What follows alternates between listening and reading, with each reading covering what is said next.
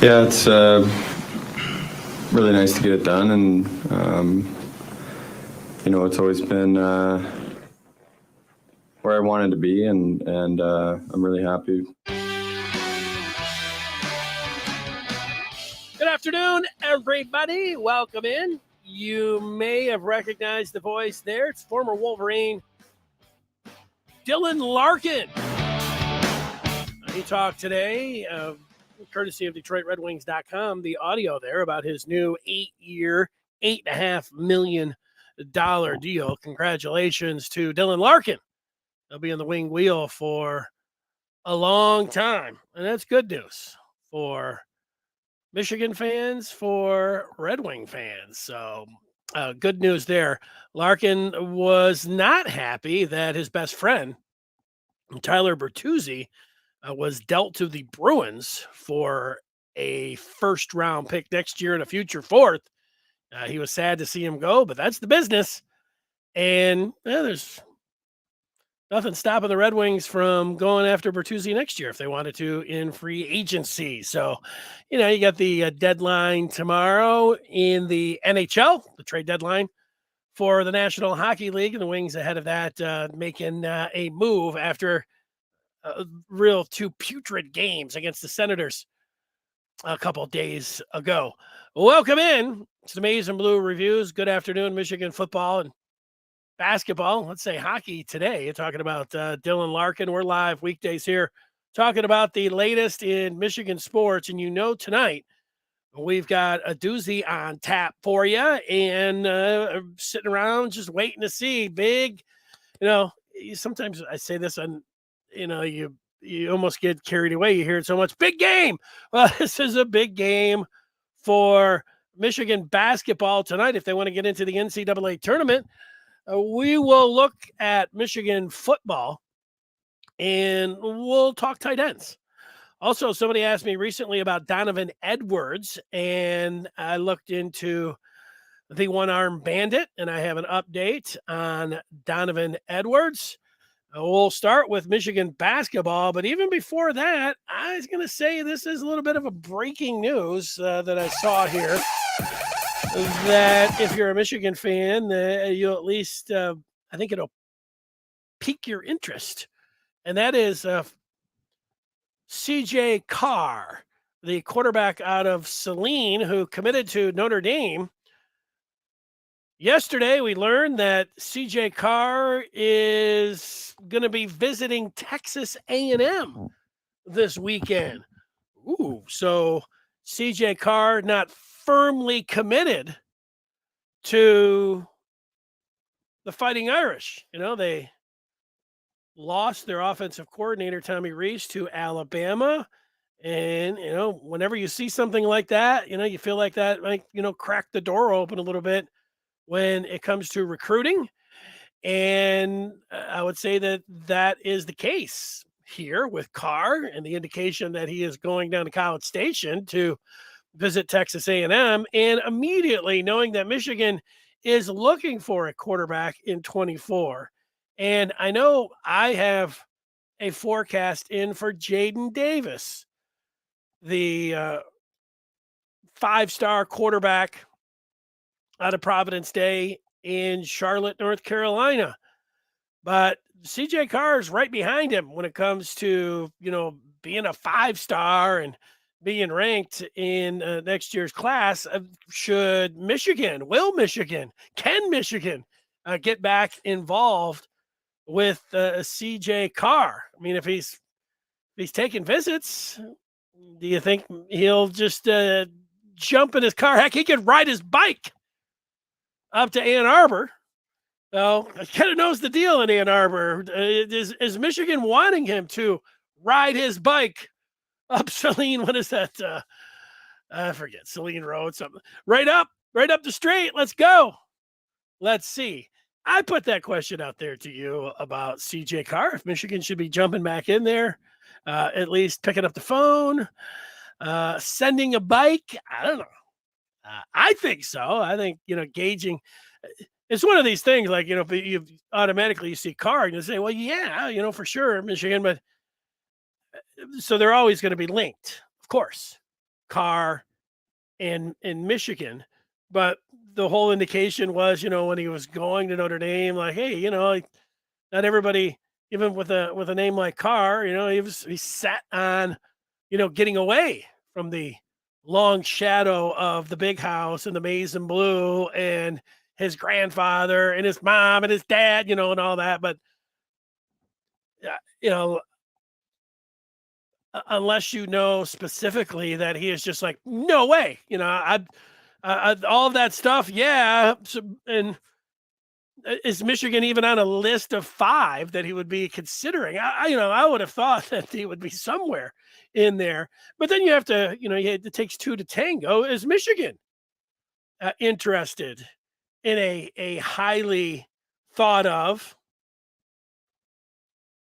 local quarterback? There you go. So it's intriguing. It's always intriguing.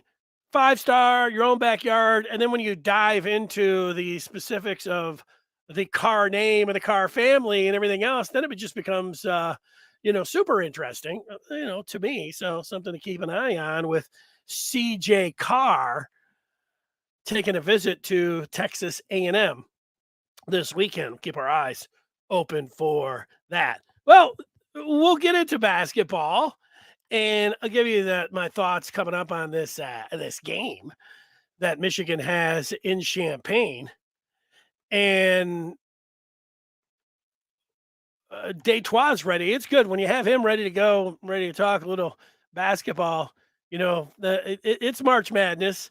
It's time. Here are the specifics coming up for tonight. If you did not know, Michigan's sitting with 17 victories. They're 11-7 in the Big Ten. They look a lot better in the Big Ten than they do nationally or, for their tournament resume. When you think about, wow, 8, 9, 10 teams could make it in the Big Ten, and you look how close Michigan is up in the standings and just the Big Ten, you would think if you were just looking at that, wow, Michigan, they're going to be a lock for the NCAA tournament. Well, they didn't win any big games in the non-conference, so we know that that's not the case. Meanwhile, you have Illinois sitting here with 19 victories. They're at home. Like almost every other team, they're a lot better at home than they are on the road. 7:00 tonight. The handicap in this one has the Fighting Illini favored by 4.5. A couple of things that I looked at looking at this game coming up. Illinois on Sunday, they got smacked upside the head in Columbus. Ohio State blew them out by 12 points. And Illinois only shot 36% from the floor. They didn't shoot good from 3, but they're not a very good 3-point shooting team to begin with. 36% from the floor doomed them. The game that they had before that, Brad Underwood's team, they were at home and they were down by 18 points at the half to Northwestern. And then they came all the way back and won that game on the strength of their transfer from Texas Tech, Terrence Shannon Jr. You may recognize that name.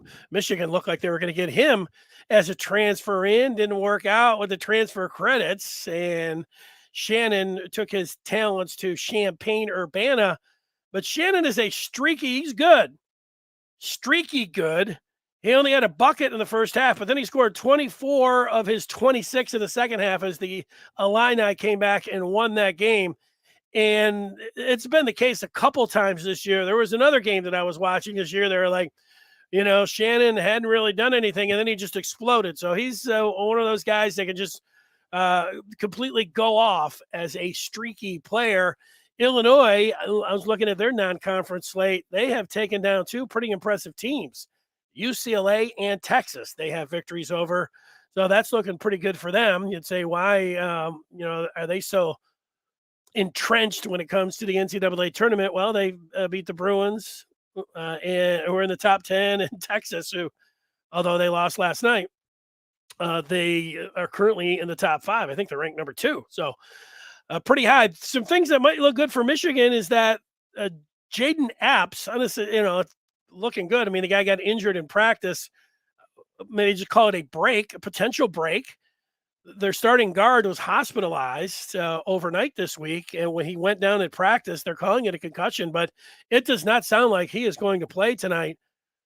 against Michigan, it sounded like, just reading some of the quotes from the players and the coach, that they just feel like they're um, feeling good about this guy just being able to, be out there and be able to put one foot in front of the other. So it sounded like it could have been a real nasty spill. Just, I don't know, reading between the lines or just reading the quotes.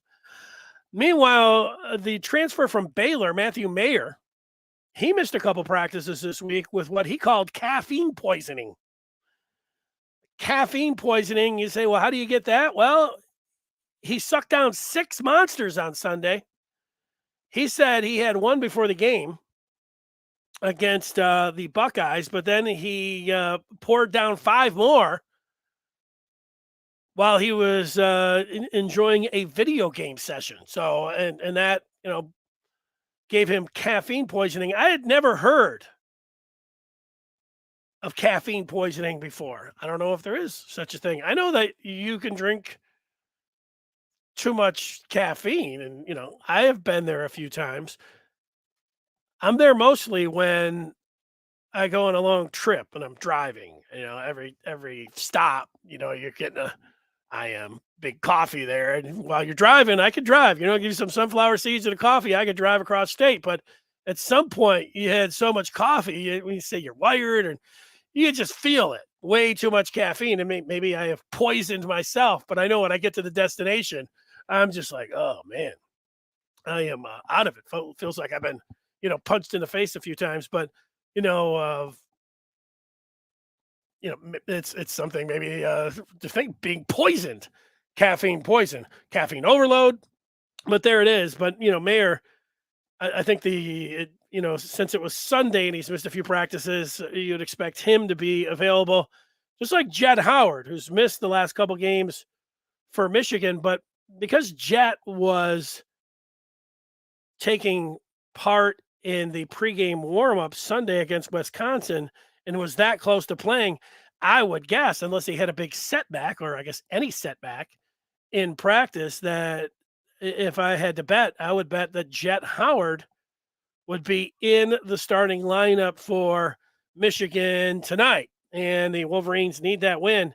We can sit around talking about it all day long, and you're going to look at the net ratings, you're going to look at what Lenardi's saying, everybody else, any kind of things, looking at all the numbers, and the numbers are going to look a lot better if Michigan's able to get a victory tonight. It's not going to be a lot of fun looking at bracketology up till Sunday, and what, then we'll say, this is a must win. Tonight kind of feels like that. I've been saying it for 2 weeks. Michigan has 17 wins. They need, in my mind, to get to 20 to feel good about being able to get into the tournament. They only have 17 wins right now. 20 is 3 more, and they only have 2 in the regular season. So that's how much I think they need to do to feel really good. Now, if they got 2 more, I think they're in with a chance. And that's when it comes down to Lenardi and Nat and all of the different, SOS, RPI, everything is going to be going on there. And you say, well, look at this team, look at that, look at these numbers, all of it. And if you like numbers, I think we all like, some people like them more than others. But, if Michigan if Michigan gets to 19, that's when the number fans are going to be out there in full force. Look at this number, look at that one. And I feel, I'm going to say this now, and maybe I'll be changing my tune on Monday, but if Michigan just ends up with 19 and heck, if they have the 19 with 2 more wins, they'll still have another game to go, to feel like they had punched their ticket. So I guess I'm talking about what could happen in 2 weeks if they are sitting there at 19. And I guess I would know I could be sitting here a Friday or even next Thursday, knowing Michigan's season is over if they get bounced in the first round. And if you're putting yourself, when you're are firmly on the bubble, and that's where 19 will have them, I'm not going to get upset with the NCAA selection committee. I've never been too upset. I talk about it over the years. There's always a team. They're going to be, in general, 3, 4, 5 teams that are going to be on the bubble. And, depending on the selection committee and who's doing the numbers and who's doing everything else, There are going to be a couple teams that feel like they get snubbed. If Michigan gets snubbed on 19, I'm not going to be sitting here screaming like, oh, this is a terrible injustice. You've had all year long to, get a chance and, to put your resume together, and, it's going to be where it's at. Now, if they get to 20 and they were left out, I might be over here, pounding the table about, are you crazy? But at 19, I'm not going to be. But, that's just maybe to make myself feel better by saying all that, That's what I'm talking about.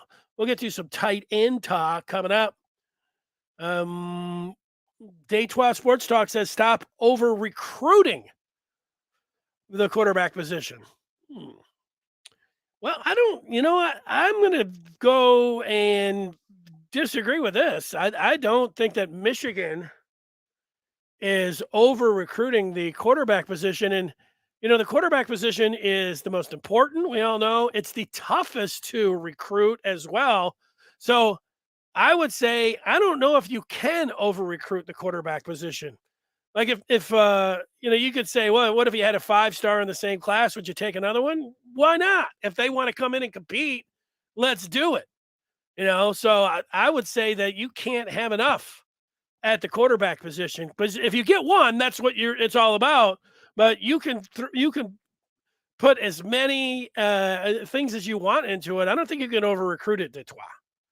I feel like it's that in pro football as well. We'll get, you got the combine going on right now, and you've got the draft, and all these teams will move up, and they'll give treasure troves of draft picks and everything else up, to move up to get to the Bears spot. The Colts will probably do it.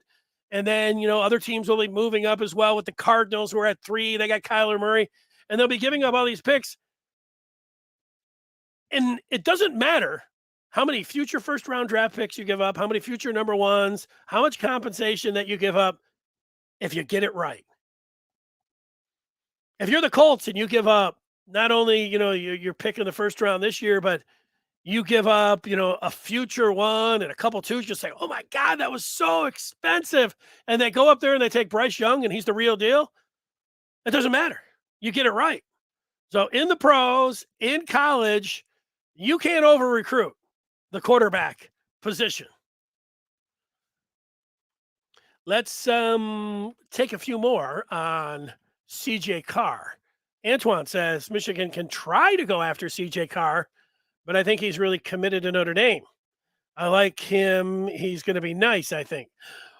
Well, you think he's really committed to Notre Dame, but his actions by taking another visit suggest otherwise, Antoine, and that is the whole thing here. You can say anything you want, about like what you think, and that's fine. You might be right. My experience in watching recruiting, I like when guys commit. It's great. But when I see a guy go, take his visits, and I know Michigan fans like, hey, I'd go take visits too. Hey, it's great. You go out there, use your free visits. No. If somebody is committed and then he's taking visits elsewhere, you got your red flag and your blood pressure and everything else. It should just be going up, because that means that player, while committed, is also got a wandering eye and could be easily going somewhere else.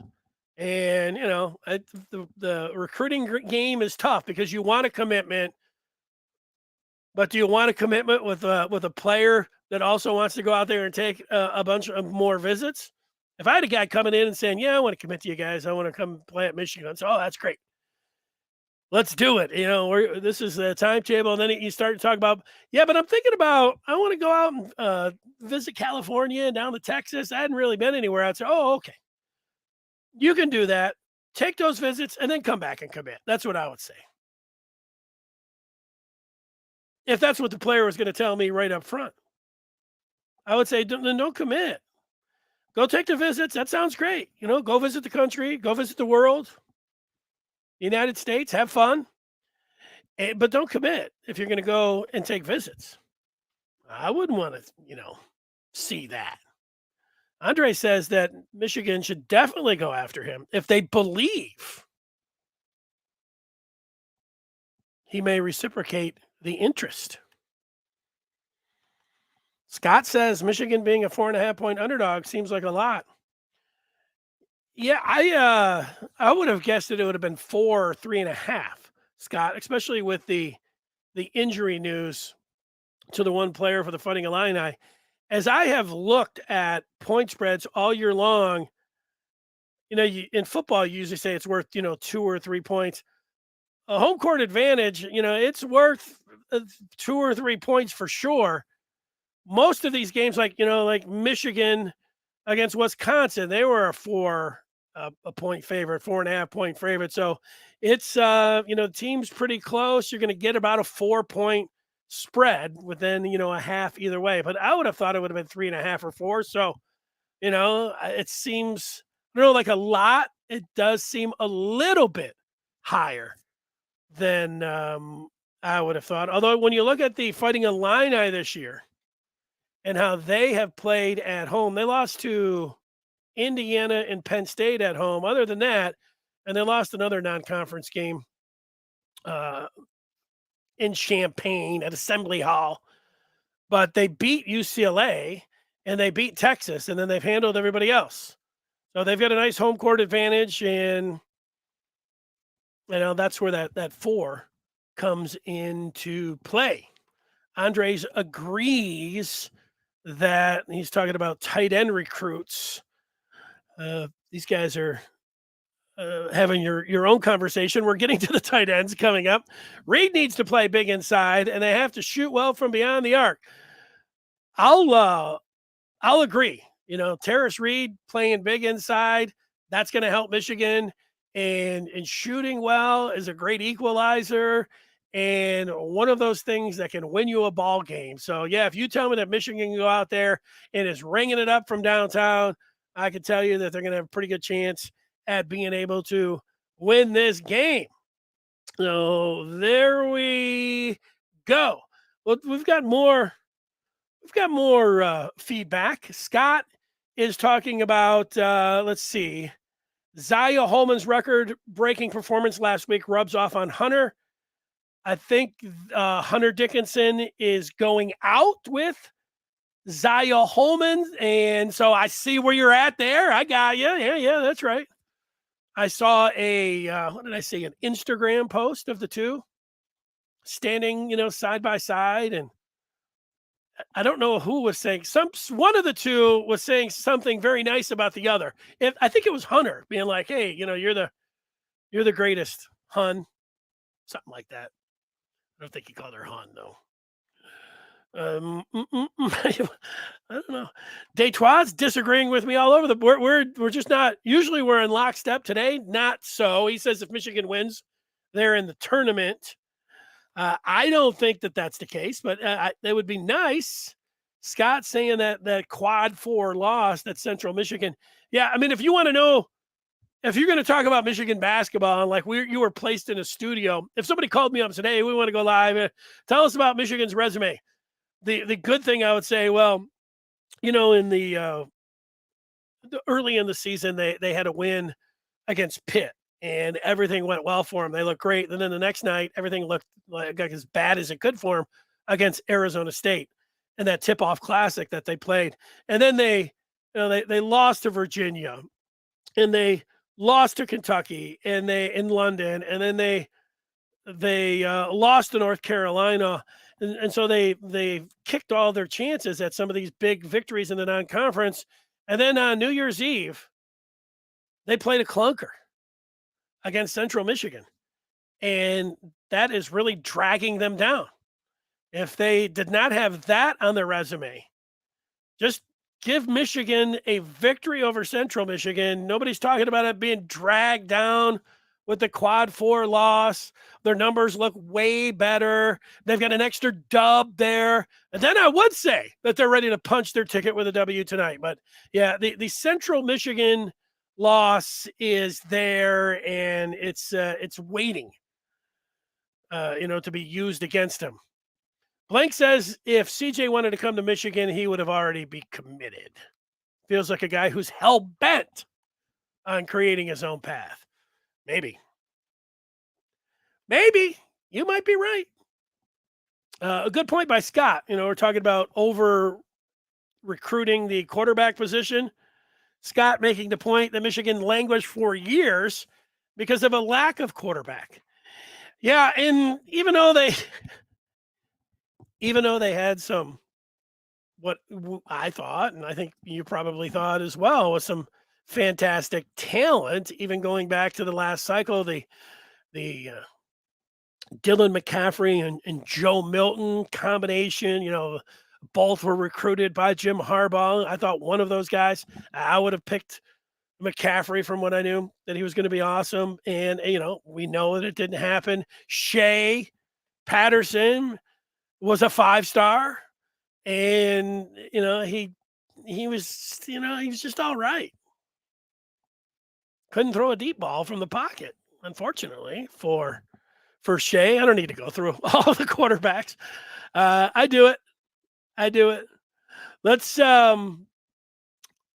let's tell you about the Maize and Blue review. If you want to know about quarterback recruiting and what's going on and what the experts think, like Josh Hedgke, Trevor McHugh, Seth Berry, the Maize and Blue review recruiting writer, you go and subscribe to the Maize and Blue review today. You go to michigan.rivals.com to be able to get that done. Also, you gain access to the posting board and the community there, where all day and all night we're kicking around Michigan topics like this, like we're doing today on the air, which we'll do for, a half hour here.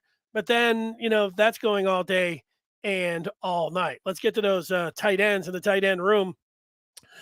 I'm taking a look at it. You have Colston Loveland. I mean, he is the starter, and every way you want to look at it. And to me, it's the same thing, when I think about some of the teams in the NFL. When I think about the Ravens, they don't really have a number one wide receiver, but they got Mark Andrews. When I think about the Chiefs, even though they gave up Tyreek Hill, they had Travis Kelce. You have an outstanding pass-catching tight end. It can mean the world for your football team. And am I comparing Travis Kelce and Mark Andrews and Colston Loveland? Well, in terms of the upside for Loveland, I don't think he's a first-round draft pick. As we're sitting here talking about him today, he's not even eligible for the draft. But I put no limits on Colston Loveland after what I saw from him last year. At his size, the ability of what I've seen for him to run routes, his straight end speed, his hands, he's got everything that you're looking for. If you told me that he's a future All-American and, he was going to be a first-round pick, I wouldn't say there's absolutely no way that that's going to happen. He's the real deal. There's nothing but up arrows and smiley faces next to Colston Loveland. He is fabulous. He had a great freshman year, and things are looking great for Michigan in that regard. Now, the guys behind him, Barner, who's a transfer, one of the Magnificent Seven, who comes in from Indiana, he's, you think about a backup tight end or somebody that can get out there and, could he play his best football as a grad student that it's coming in, or as, a senior, number 89 here? Yeah, Bredesen has shown some flashes. I think between the two of these, one of them, is, you're thinking about, that's a pretty good backup tight end. Hibner has been around for a while, and we just haven't seen anything from him. So I can't tell you, but time's running out for him. Let's see. Big spring. When you talk about who's this a really big spring for, I would underline Matthew Hibner. Been in the program, but nothing to be ashamed about being passed up by somebody like Colston Loveland, but there's a real opportunity is what I think I'm saying here. I am saying after Loveland. Hibner, it could be the number two. Marlon Klein, who was a redshirt freshman, came in with Loveland. No, we don't know. Well, let's see. He could be the backup. And then what Loveland did last year, with everything that went on with Eric All and getting injured, and then having Schoonmaker and Loveland just, had the opportunity and seized it. You've got two guys coming in next year. Maybe they could do it. Zach Marshall, Deacon Tonelli. Although neither Marshall nor Tonelli are in for spring, the true freshmen for Michigan. If you're watching on YouTube or you're monitoring the chat, you see that there has been some talk about Michigan's future tight ends, and they do have a commitment already from a state of Washington 4-star tight end commit, Hogan Hansen. And the coach was talking about watching his film and saying he looks like he could be a real road grader in addition to being a good pass catcher, the kind of tight end that you're looking for, somebody that can block and catch. And so, the future is bright right now already. And then in state, Michigan wants Brady Priestcorn. And, they've been taking two tight ends. They're two, with Loveland and Klein. They took two last year with Marshall and Tonelli. And then this year, let's go ahead and make it a prediction. How about Hogan and Priestcorn? That sounds pretty good to me. I don't know about with you, but I'm there with that when it comes down to the tight end position. All right, couple on the feedback. The coach says Hogan does catch. Detroit says he's good with getting a lot of tight ends. I'm just saying they lack pass catching ones. They have blocking ones already on the roster. Yeah, I don't know. I don't know what kind of blocking tight end, when you're looking through these guys. I was looking at that today. I'm not sure. Loveland is, you got to do both. But if you ask me, is Loveland more of a pass catcher or a blocker? I'll definitely say pass catcher. From what I've seen from Barner, is he more of a pass catcher or a blocker? Pass catcher. Bredesen, pass catcher. Hibner, Klein, pass catcher. So I don't know. Like they don't have the knockout, you'd say offensive lineman. Although I was looking at the roster and look at these long snappers that Michigan has. They've got, how many long snappers would you think that Michigan would have? One, maybe two, and then some other guys that could do it. Just on roster here. Here's one long snapper. There's two long snappers. There's three long snappers. Four long snappers on the spring roster. How about that? So could any of these guys that didn't work out in the two deep, could any of these guys move over and be a tight end, like blocking tight end? I don't know, Crippen, Barnhart, no. Trente Jones did do this. He was as a freshman, remember? They put him in those Buffalo packages. He came in, he didn't have his nameplate on, and he came in as number 80. So he was a tight end for a minute with Michigan. I don't think it would be any of these guys or El Hadi, too valuable. Not Nugent, who's transferring in. Not Raheem Anderson, although he would look good as a tight end. Big blocking tight end, not Zinter. Tara Boy, got some size on him. Not familiar. Ooh, Tristan Bounds. How about this? Road grader. Put him out there as a tight end that doesn't get in there with the two deep, 6'8", 311. All right. How about Gentry? He looks more like a tackle, but 312, 6'7". Connor Jones. Maybe. At least a couple guys to keep an eye on. Possibility, if it doesn't work out there, might want to start out and be more of that road grader, get on the field, that kind of way. I forgot who asked me the question, but somebody did about Donovan Edwards. And was it a dislocation, a break in his thumb or whatever it was? It was a bone fracture is what it was listed as in his right hand. And this was a quote that I took from M Live on Donovan Edwards. Quote, I've got to get surgery to get some placement screws removed, and I'll be back to being the best version of me. That's the end of Edwards' quote there from MLive. Edwards said the surgery is scheduled for later this month. This is a story that was around Michigan when their season was still going on. The surgery was scheduled for January 27th. So he had that surgery scheduled for January 27th, and here we are, a month later. But that procedure, having to insert plates and screws to fix the fracture that he suffered in the first half of Michigan's November 12th game, that was against Nebraska, and then he sat out against Illinois. So he's had a month to heal up for spring. And so then it would be your best guess, like, is to have all those screws. Is he, they would know, like, whatever he has to do in rehab, where he is take the wraps off and everything else. You just get him out there and say, hey, let's get him out there, catching passes. Let's get him out there, a full go, no, nothing. Or do you, I think, maybe they, ease him back in. I don't know, whatever the protocol would be, for it is a month after. Like if the season was starting next week, I think he would be 100% ready to go. But because you have practice and you have the whole summer, there's no need to, to do too much. Certainly don't want to re-injuring it, even though he was great, even with one arm. How great could the one-arm bandit be with two? Well, sky's the limit for him. That's what I'm saying. That's what I think. All right. That's where that is at.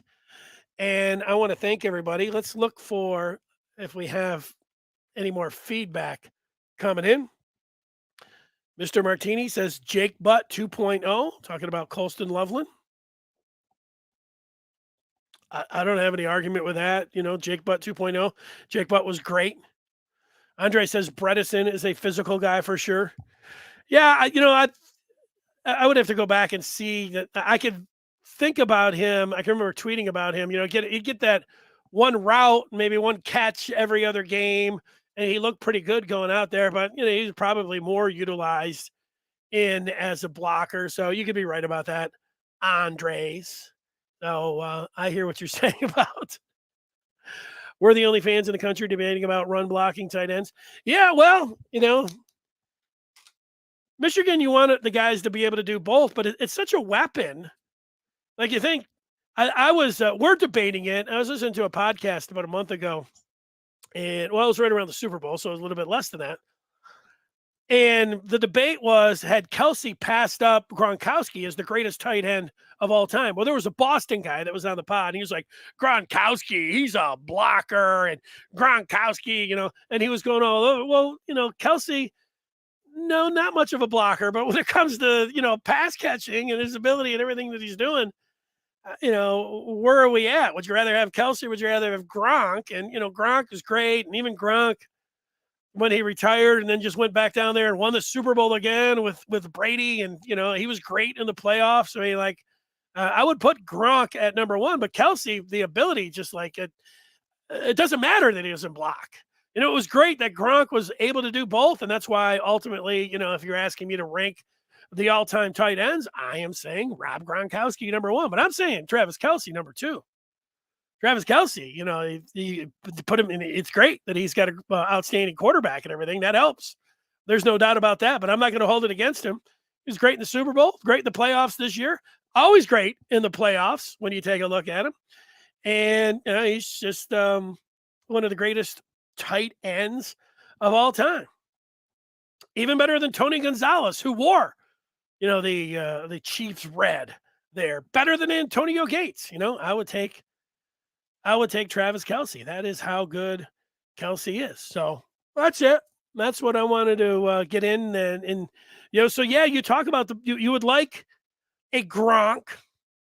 I mean, how many Gronks are out there? So, sometimes you have to look and say, okay, let's take a little Travis Kelce.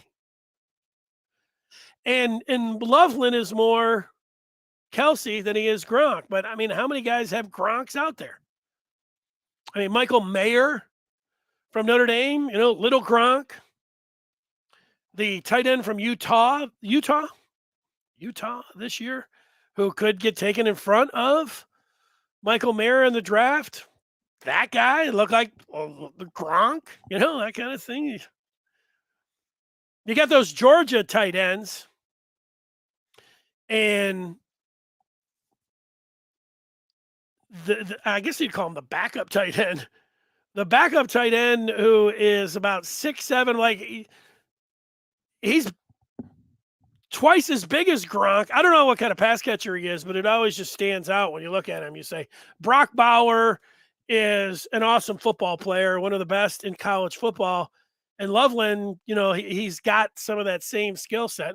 Bauer is amazing. He's the best, again, tight end in the country. But that other guy that they've got down there at Georgia stands a full helmet taller than him and looks like he's about 80 more pounds. That guy is flipping amazing. Okay. Thanks for watching. A reminder, tonight after the Michigan basketball game's at 7, so a little bit after 9 o'clock, the Michigan basketball postgame live. Until tomorrow, if you don't catch the basketball game tonight, postgame, we'll see you then. Thanks for participating, watching. Hit the like button, subscribe, and all those things. It's certainly appreciated. Everybody have themselves a great day. Bye.